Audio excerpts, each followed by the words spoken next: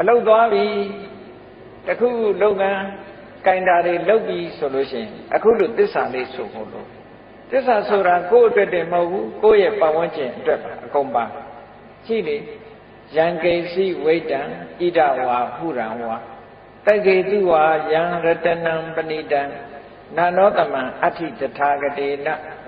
ရံပိဗုဒ္ဓေရတနံပဏိတံဣတိနသစ္စေနသောတိဟောတု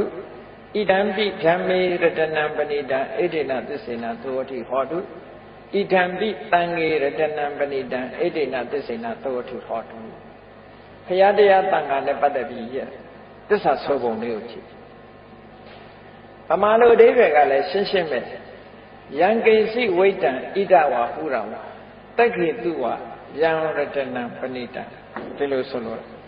အဲ့တော့ယံကိစီဝိတံလောကမှာနှစ်သက်စရာကောင်းလာတဲ့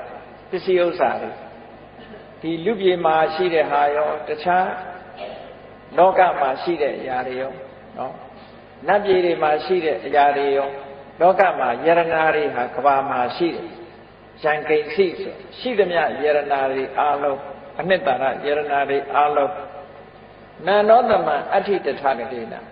မြတ်စွာဘုရားဆိုတဲ့ယရနာနဲ့တူတဲ့ယရနာလောကမှာမရှိပါဘူးလူတွေ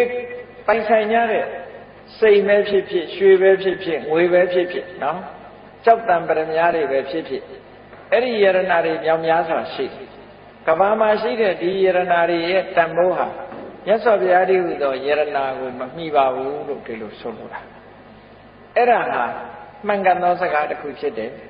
နာနောတမံအဋ္ဌိတထာဂတေနဣဒံပိဗုဒ္ဓေရတနံလောကမှာရှိတဲ့ယရနာတွေတဲ့ပို့ပြီးတော့ထူးမြတ်တဲ့ယရနာနှစ်သက်စရာကောင်းတဲ့သီလသမာဓိပညာဆိုတဲ့ဒီထူးခြားတဲ့တန်ဖိုးရှိလာတဲ့တရားတွေမြတ်စွာဘုရားတဏ္ဍာမှာရှိတယ်တရားမှာရှိတယ်သံဃာမှာရှိတယ်အဲ့ဒီမှန်သောစကားကိုဆိုရသောကြောင့်တတ္တဝါတွေချမ်းသာကြပါစေလို့ဟောဒါသစ္စာဆိုပြီးတော့မေတ္တာပွားတဲ့နည်းပဲ